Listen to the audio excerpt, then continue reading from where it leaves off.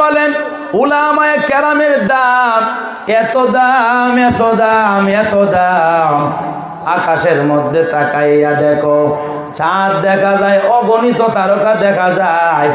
অগণিত তারকা যেমন চাঁদের সমতুল্য হতে পারে না, হাজার হাজার আবেদ লোক একজন আলেমের সমতুল্য মর্যাদা হতে পারে না, ঠিক কিনা বলে? ওরে নবীর উম্মত, আল্লাহ নবী বলেন উলামায়ে কেরাম হলো ওয়ারাসাতুল আম্বিয়া, তারা হলো নবীগণের ওয়ারিস। তারা আমার টাকা পয়সার ওয়ারিস দান না, সম্পদের ওয়ারিস দান না, তারা জায়গা জমিনের ওয়ারিস দান না। এ পয়গম্বর বলেন উলামায়ে কেরাম কিসের ওয়ারিসদার? আল্লাহ নবী বলেন উম্মতেরা ভালো করে শোনো, উলামায়ে কেরাম হলো ইলমে দ্বীনের ওয়ারিসদার। ইলমে দ্বীনের ওয়ারিসদার হলো উলামায়ে কেরাম।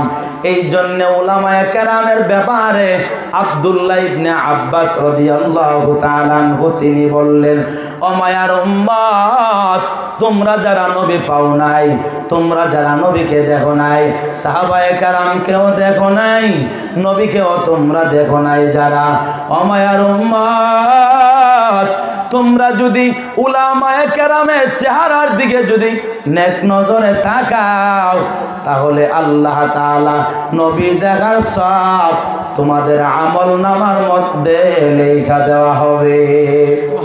উলামায়ে কেরামদেরকে যদি মেহমানদারি করে নাও, তাহলে এই মেহমানদারির বরকতে আল্লাহ তাআলা নবীকে মেহমানদারি করার সব বান্দা তোমার আমল নামার মধ্যে লেখা দিবে।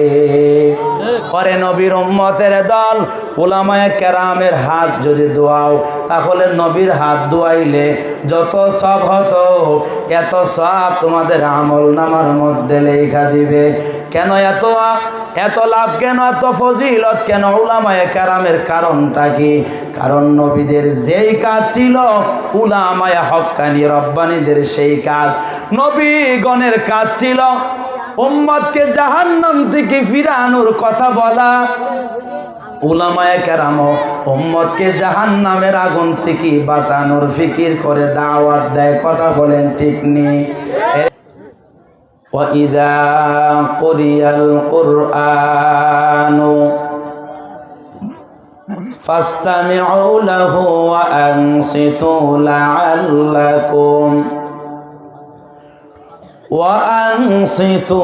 لَعَلَّكُمْ تُرْحَمُونَ।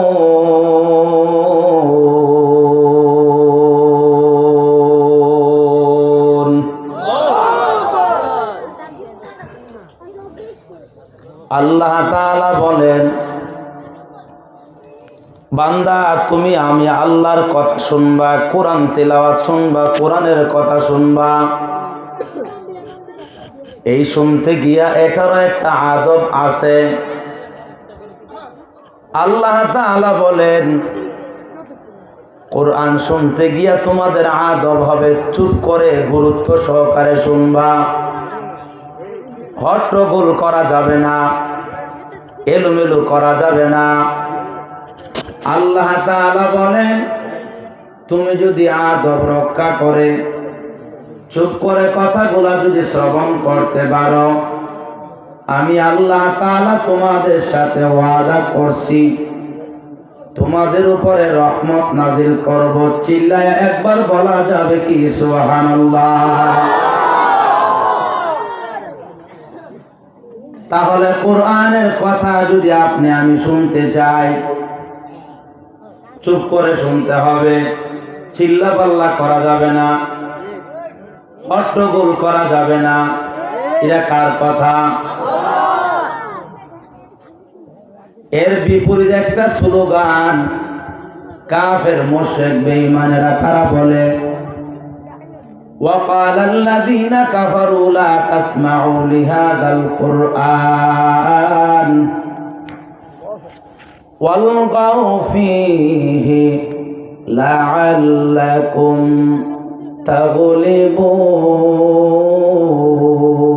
تغلبون। আল্লাহ বলছে গোলাম কথাগুলা শ্রবণ করবা, শুনবা, চুপ করে বসবা।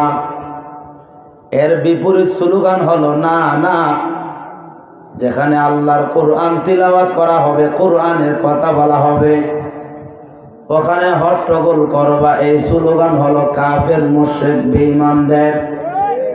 কেন হট্টগোল করবা?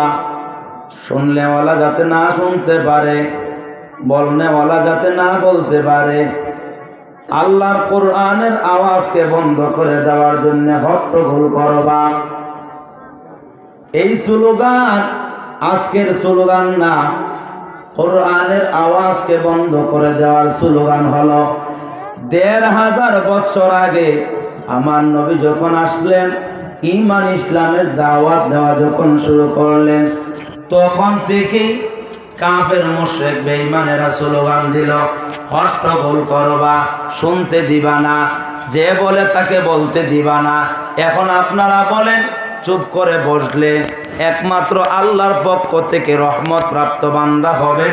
আর যদি হট্টগোল করে, পরিবেশটাকে যদি হট্টগোল করে শোনার মতো পরিবেশটা না থাকে, তাহলে আপনারা বলেন কাফের, মুশরিক, বেঈমানদের স্লোগান বাস্তবায়ন হবে। কথা বলেন ঠিক নেই? এখন আমার কথা হলো, আলোচনাটা শুরু করার আগে বিনীত অনুরোধ রাখবো আপনাদের কাছে, হট্টগোল করা যাবে না, এদিক সেদিক তাকানো যাবে না, অমনোযোগী হওয়া যাবে না। আমি আমার বাপ দাদার কথা বলার জন্য আসি নাই। এই কোরআনে যে কিতাব, যে এই মাদ্রাসার মধ্যে যে কিতাব শিক্ষা দেওয়া হয়, এই কিতাব থেকে কিছু কথা বলার জন্য আমি চেষ্টা করব, আপনারা বোঝার জন্য চেষ্টা করবেন। এটা কার হুকুম?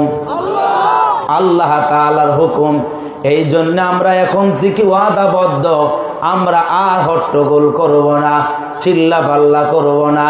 যেইভাবে এই মজলিসের আদব রক্ষা হয় সেইভাবে আমরা চলব। বলেন ইনশাআল্লাহ। আমি আপনাদের সামনে যে আয়াত তিলাওয়াত করেছি, এই আয়াতের প্রসঙ্গ নিয়ে কথাটা শুরু করে দেই। থাকবেননি? এখন আর হট্টগোল করবেন? সাইডে বেডে আওয়াজ বলেন ইনশাআল্লাহ। আমি বলছিলাম যে আপনাদেরকে নিয়ে আমি আলোচনা করব শিক্ষার ফজিলত বা গুরুত্ব সম্পর্কে। আমি এই সুবাতে আয়াত তিলাওয়াত করেছি। আল্লাহর নবীর যখন 40 বছর পূর্ণ হয়, তখন জিবরাইল আলাইহিস সালাতু ওয়াস সালামকে আল্লাহ তাআলা বললেন, জিবরাইল যাও আমার নবীর কাছে, কোরআন নিয়ে যাও।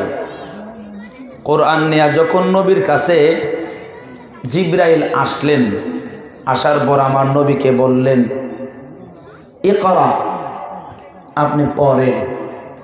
নবীজি বললেন, আমি পড়তে জানি না। আবার বললেন, ইকরা, আপনি পড়েন। নবীজি বললেন, আমি পড়তে জানি না। আবার বললেন, আপনি পড়েন, ইকরা বিস্মি রব্বিক। এই কথাটা বলার পরে আল্লাহর রসুল জিবরাইল আলাইহিস সালাতু ওয়াস সালামকে 5টি আয়াত তিলাওয়াত করে শোনাই দিছে। সুবহানাল্লাহ বলে। প্রথম বললেন পড়তে জানি না, দ্বিতীয়বার বললেন পড়তে জানি না, তৃতীয়বার বললেন,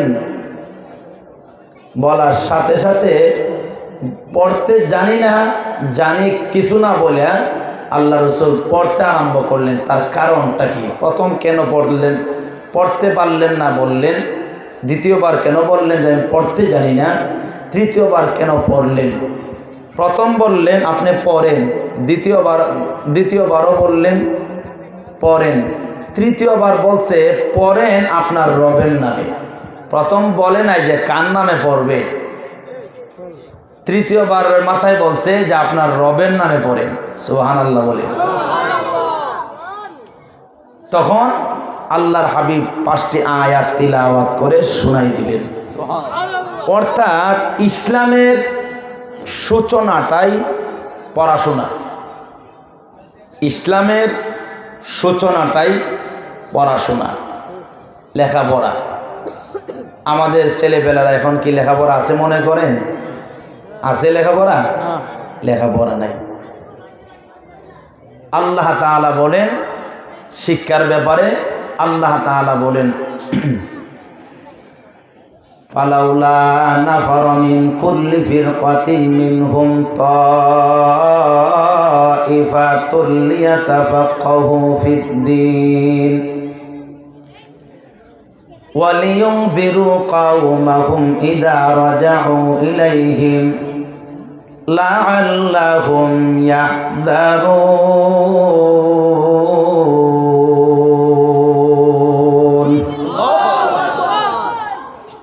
আল্লাহ তাআলা বলেন, ও আমার গোলাম বান্দারা, তোমাদের প্রত্যেকটা সমাজ থেকে, প্রত্যেকটা এলাকা থেকে, প্রত্যেকটা গোত্র থেকে কিছু সংখ্যক মানুষ বের হয়ে যাও ইলমে দ্বীন শিক্ষা করার জন্য। কেন বের হও না? ইলমে দ্বীন শিক্ষা করার পর তুমি তোমার কওমের লোকদেরকে, তুমি তোমার এলাকার লোকদেরকে, তুমি তোমার ইউনিয়নের লোকদেরকে আমি আল্লাহর জাহান্নামের ভয়ের কথা শুনাইবা, আমি আল্লাহর জান্নাতের কথা তুমি শুনাইবা। এই কথা শোনানোর কারণে, এই কথা শোনানোর মাধ্যমে আমি আল্লাহ তাআলা এদের কলিজার মধ্যে আমার জাহান্নামের ভয়, আমার মহব্বত তাদের কলিজার মধ্যে আমি আল্লাহ নিজ দায়িত্বে দিয়া দিব। আল্লাহ তাআলা চান আমাদের প্রত্যেকটা সমাজ থেকে কিছু সংখ্যক মানুষ ইলমে দ্বীন শিক্ষা করবেন, তারপর তার কওমের লোকদেরকে দ্বীনের কথা, ইসলামের কথা, জাহান্নামের ভয়, এই কথাগুলা তাদেরকে শোনাইবে। এটা হলো আল্লাহ তাআলার চাওয়া। মানুষ ইলমে দ্বীন শিক্ষা করার ব্যাপারে আল্লাহ তাআলার হুকুম।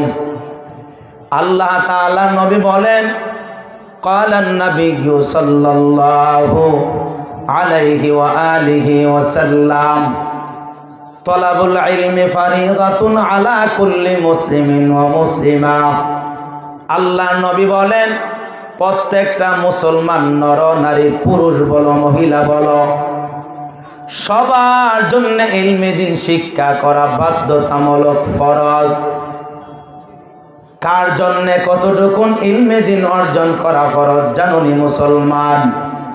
আল্লাহ নবী বলেন প্রত্যেকের জন্য ইলমে দ্বীন অর্জন করা ফরজ। এরে আল্লাহর বান্দা, যে আমল করা বান্দার জন্য ফরজ, এই আমল শিখার জন্য, এই আমল শিখার জন্য কিভাবে করতে হবে এতটুকু ইলম অর্জন করা আপনার জন্য ফরজ। যে অনেক আমল করা ওয়াজিব, এই নেক আমল কিভাবে করতে হবে এতটুকু ইলম অর্জন করা হলো ওয়াজিব। যে আমল সুন্নাত, এই আমল কিভাবে করতে হবে ইলম অর্জন করা হলো সুন্নাত। ওরে নবীর আশিক, ও আমার পর্দার অন্তরালের মা বোনেরা, ইলমে দ্বীন শিক্ষা করা প্রত্যেকটা মুসলমান, মহিলা বড় পুরুষ বলো, সবার জন্য ফরজ, সবার জন্য ফরজ। ওরে নবীর উম্মতের দল, ইলমে দ্বীন যারা শিক্ষা করবে তাদের ব্যাপারে আল্লাহ নবী বলেন, ক্বালান নাবিয়্যু সাল্লাল্লাহু আলাইহি ওয়া আলিহি ওয়াসাল্লাম, খায়রুকুম মান তাআল্লামাল কুরআনা ওয়া আল্লামা। তোমাদের মধ্যে সর্বোত্তম ওই ব্যক্তি যারা নাকি ইলমে দ্বীন নিজে শিক্ষা করে আবার আরেকজনকে শিক্ষা দেয়। আল্লাহর হাবিব বলেন, ক্বালান নাবিয়্যু সাল্লাল্লাহু আলাইহি ওয়া আলিহি ওয়াসাল্লাম, আল্লাহর নবী বলেন সমস্ত মানুষের জন্য ইলমি দিন শিক্ষা করা ফরজ। যারা শিখবে তাদের মতো দামি মানুষ আর কেউ নাই, আর কেউ নাই। বাল্লিগু আন্নি ওয়ালাউ আয়া, শিখার পর আর একজনকে শিখাবে। আল্লাহ তাআলা নবীর ওয়ার্ডার, নিজে শিখবা, অন্যকে শিখাইবা, তাবলীগ করে দিবা, তাবলীগ করে দিবা। পরে নবীর উম্মতের দল, আল্লাহ নবী বলেছেন ইলমি দিন শিক্ষা করার জন্যে কেউ যদি ঘর থেকে বের হয়, আল্লাহ নবী বলেন সে জান্নাতের কোনো একটা রাস্তা দিয়া যেন অতিক্রম করতেছে। চিল্লায়া একবার বলা যাবে কি সুবহানাল্লাহ? পরে নবীর আশিক, ও পর্দার অন্তরালের মা, আল্লাহ নবী বলেন শুধু তাই না, তাই না, কেউ যদি ইলমে দ্বীন শিক্ষা করার জন্য ঘর থেকে বের হয়, গর্তের পিপিলিকা থেকে নিয়ে সমুদ্রের মাছ পর্যন্ত আল্লাহর কাছে দোয়া করতে থাকে, ও দয়ার মালিক, যেই লোকটা ইলমে দ্বীন শিক্ষা করার জন্য ঘর থেকে বের হয়েছে, ও আল্লাহ মেহেরবানি করিয়া এই লোকটাকে ক্ষমা করিয়া দাও, এই লোকটাকে মাফ করিয়া দাও, এই লোকটাকে ক্ষমা করিয়া দাও। যত প্রাণী আছে এই লোকটার জন্য ক্ষমা চা, চিল্লায়া বলা যাবে কি সুবহানাল্লাহ? পরে নবীর উম্মত, আল্লাহ নবী তো আরো বলেন, এ আমার উম্মতেরা শুনো, ইলমে দ্বীন শিক্ষা করার জন্যে কেউ যদি ঘর থেকে বের হয় আর এই অবস্থা যদি মৃত্যুবরণ করে, আল্লাহ নবী বলেন আমার উম্মত শুনো, ভালো করে শুনে নাও, এই অবস্থা যদি মৃত্যুবরণ করে তাহলে আল্লাহ তাআলা শহীদের মর্যাদা দিয়া জান্নাতে জায়গা করে দিবে। একবার চিল্লায়া কি বলা যাবে সুবহানাল্লাহ? এই আল্লাহর বান্দা মানুষ যখন মৃত্যুবরণ করে তখন আর কোনো কিছু আর তার বাকি থাকে না, সকল আমলের দরওয়াজা বান্দার বন্ধ হয়ে যায়। আল্লাহ নবী বলেন তিনটা কাজ যদি করো তাহলে আমলের দরওয়াজা বন্ধ হবে না। এক নাম্বার হলো, এ বান্দা তুমি যদি সদকা জারিয়া করে যেতে পারো, তাহলে মসজিদ মাদ্রাসার মধ্যে দান সদকা যদি করে যেতে পারো, এতিম অসহায় তাদেরকে যদি দান সদকা করে যেতে পারো, আল্লাহ নবী বলেন তুমি কবরে শুয়া শুয়া এর সব তুমি পেতে থাকবা। চিল্লায়া বলেন সুবহানাল্লাহ।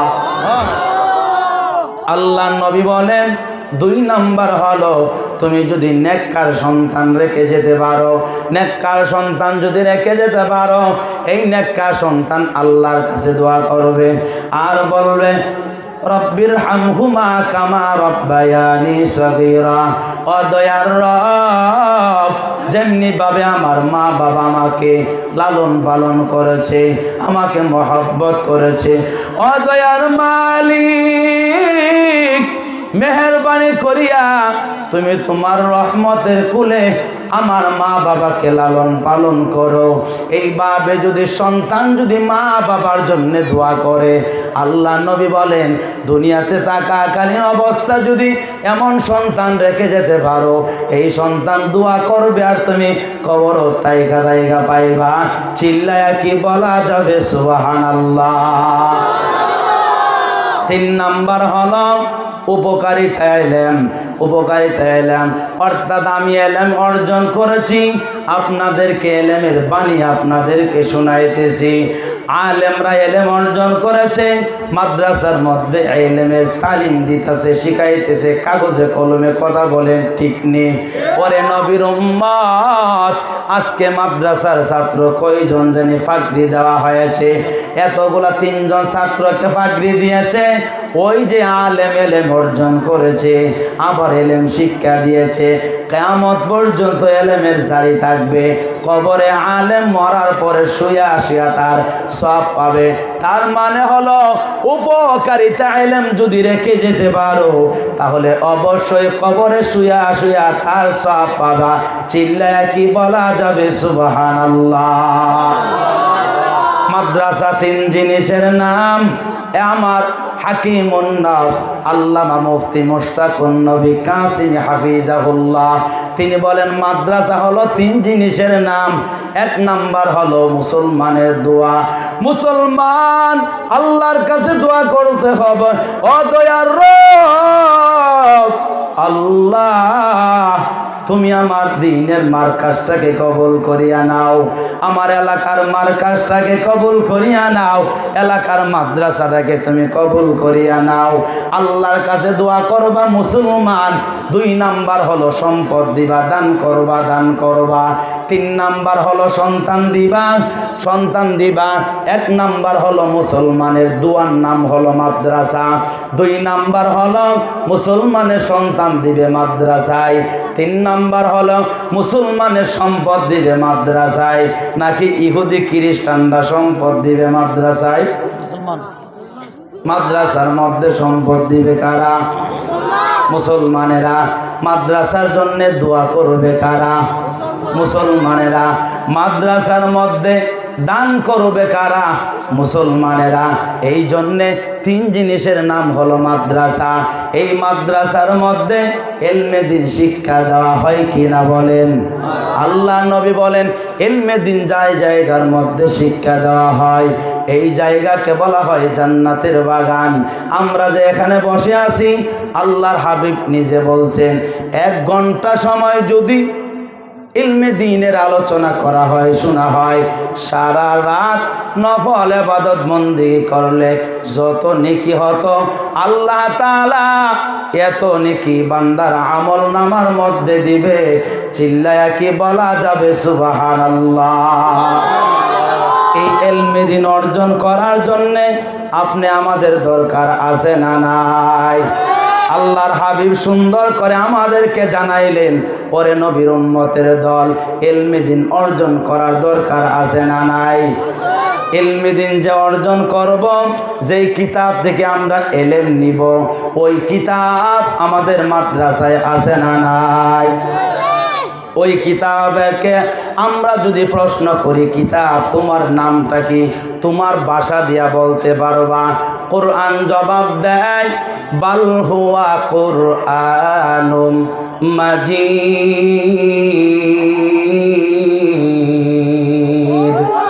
কোরআন জবাব দেয় আমার নাম হলো কোরআনুম মাজিদ। তোমাকে এই জমিনে কে নাজিল করেছে বলো? তুমি এই দুনিয়াতে আসার আগে তুমি কোথায় ছিলে বলো? কোরআন জবাব দেয় ফি লাউহিম মাহফুজ। কোরআন জবাব দেয় আমাকে জমিনে পাঠানোর আগে লাউহে মাহফুজের মধ্যে সংরক্ষিত করে আল্লাহ তাআলা রেখেছিল। তোমাকে এই জমিনে কে নাজিল করেছে? কোরআন জবাব দেয় তানজিলুম মির রাব্বিল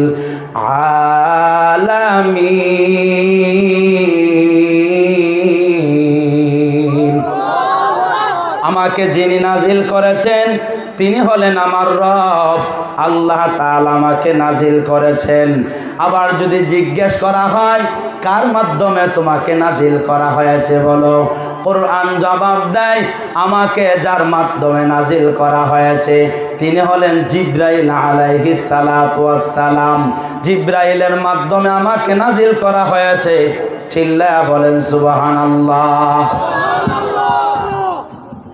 জি একটু তাকবীর, দিন ইসলাম। হযরত মাওলানা মুফতি বিন মোহাম্মদ আশরাফ সাহেব, হযরত মাওলানা মুফতি বিন মোহাম্মদ আশরাফ সাহেব মাহফিল কমিটির পক্ষ থেকে, সৌদাবাজার পক্ষ থেকে, হাবিবি মাদ্রাসার পক্ষ থেকে জি জি জি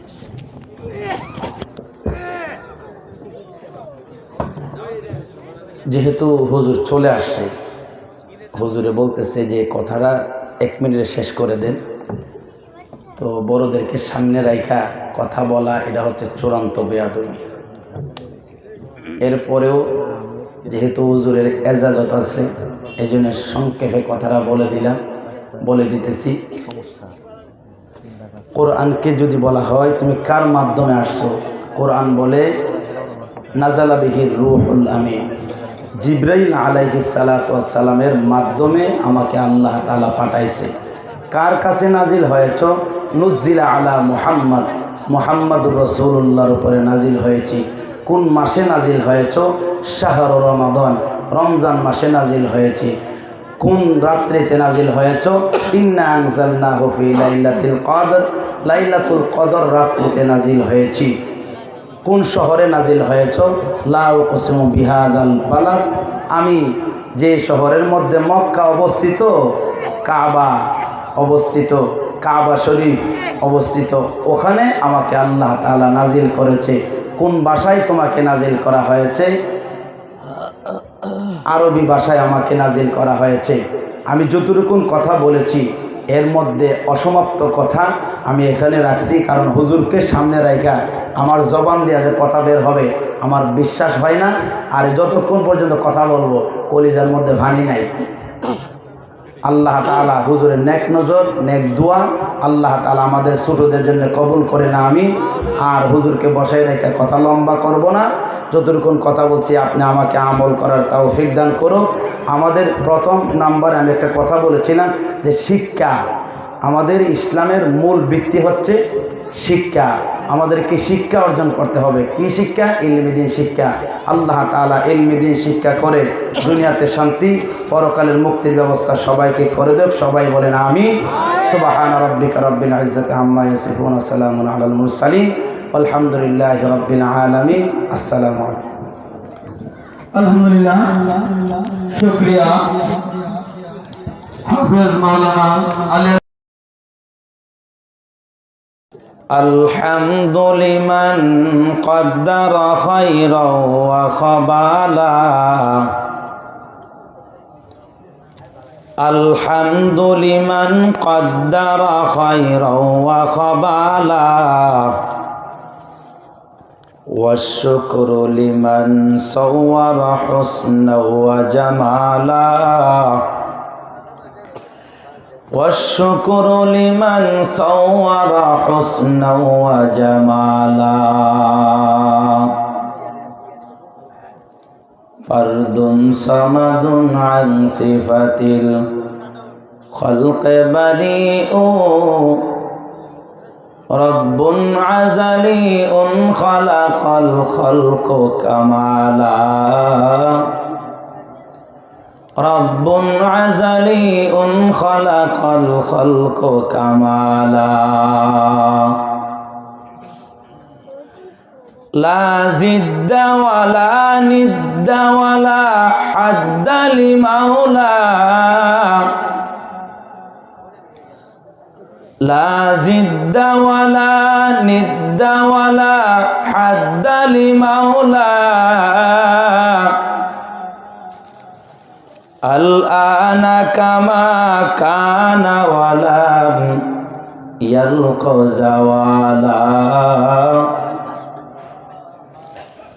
الآن كما كان ولم يلق زوالا।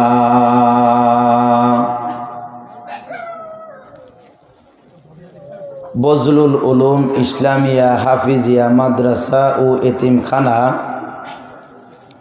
ছাত্রদের, হাফেজ ছাত্রদের পাগড়ি প্রদান উপলক্ষে ৩তম বার্ষিক ওয়াজ ও দোয়ার মাহফিলের সম্মানিত সভাপতি সাহেব, প্রধান অতিথি, বিশেষ অতিথি, মুআজ্জাজ মুকাররম, জাতির মাতার মুকুট হযরত উলামায়ে কেরাম, দূর দূরান্ত থেকে আগত আল্লাহ পাকের আশিকিন, জাকিরিন, শাকিরিন, মুহিব্বিন, মুরব্বিয়ান আযম, কলিজার টুকরা আমার যুবক বন্ধুগণ, স্নেহের ছোট ভাই, পর্দার অন্তরালের মা এবং বোনেরা, সর্বোপরি শুকর যাদের অক্লান্ত পরিশ্রমের মাধ্যমে আজকের এই সুন্দর ব্যবস্থাপনা, মাইক, লাইট, সর্বপ্রকার সাহায্য সহযোগিতার মাধ্যমে যারা হাত বাড়িয়ে দিয়েছে তাদেরকে আল্লাহ তাআলা দুনিয়াতে শান্তি, পরকালের মুক্তির ব্যবস্থা করে দেব। সবাই জবান খুলে বলেন আমিন। হাজারো ব্যস্ততাকে উপেক্ষা করে 10 মায়ের 10 সন্তানকে আপন হয়ে জান্নাতি এই পরিবেশে মাদ্রাসার মাহফিলে আসা বসা যে আল্লাহ তাআলা তৌফিক দান করেছেন, দয়াময় রব্বুল আলামিনের দরবারে মুসলমান হিসাবে ঈমানের আওয়াজকে উঁচু করে উচ্চ কণ্ঠে আল্লাহ তাআলার দেওয়া নিয়ামতের শুকরিয়া জবান খুলে উচ্চ আওয়াজে আল্লাহ তাআলার শেখানো ভাষা দিয়ে আল্লাহ তাআলার দেওয়া জবান দিয়ে বলছি আলহামদুলিল্লাহ। লক্ষ কোটি দরুদ ও সালাম সাইয়্যিদুল মুরসালিন খাতামান নবিয়্যিন হাবিবে কিবরিয়া আশরাফুল আম্বিয়া নবী মুহাম্মদুর রাসূলুল্লাহ সাল্লাল্লাহু আলাইহি ওয়া আলিহি ওয়াসাল্লামের উপর তিলাওয়াতকৃত আয়াত বা হাদিসকে সামনে রেখে আমলের নিয়তে ইখলাসের সহিত কিছু কথা বলা আর আপনাদেরকে ধৈর্যের পরিচয় দিয়ে আমলের নিয়তে ইখলাসের সহিত কথাগুলা শ্রবণ করার আল্লাহ তাআলা তৌফিক দান করুক। সবাই বলেন আমিন। আমি আপনাদের সামনে যে বিষয়টাকে আলোচনা করার ইচ্ছা পোষণ করেছি, যারা আলেম ওলামা আছেন তারা অবশ্যই বুঝতে পেরেছে। সাধারণ মানুষ যারা আছে আমরা হয়তো না বুঝলেও বোঝার সুবিধার্থে আমি বলছি, ইলমি দ্বীন শিক্ষা করার ফজিলত সম্পর্কে কিছু কথা আপনাদের সামনে বলবো, যদি আল্লাহ তাআলা তৌফিক দান করে। ওমা তৌফিকি ইল্লা বিল্লাহ আলাইহি তাওয়াক্কালতু ওয়া ইলাইহি উনীব। সকলে বলেন আমিন। আল্লাহ তাআলা যখন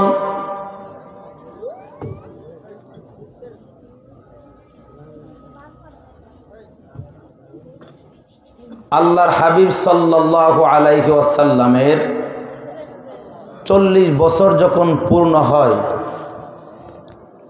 তখন জিবরাইল আলাইহিস সালাতু ওয়াস সালামকে আল্লাহ তাআলা বললেন, যাও আমার নবীর কাছে কোরআন নিয়ে যাও। আলোচনা শুরু করার আগে চাইছিলাম যে আলোচনাটা শুরু করে দিব, তো আলোচনা শুরু করার আগে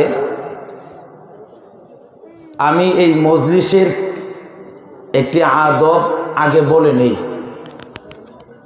মানুষের জানলে নে মানত, জানলে মানার আগ্রহতা বাড়ে। কথা বলেন। তবে আপনাদেরকে দেখে আমার খুব ভালো লাগার কারণ হচ্ছে আমি ব্রাহ্মণবাড়িয়ার, আপনারাও ব্রাহ্মণবাড়িয়ার।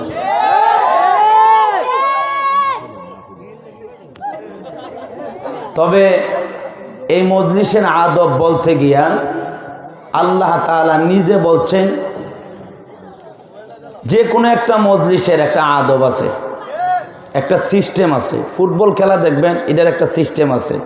ক্রিকেট খেলা দেখবেন, এটার একটা সিস্টেম আছে।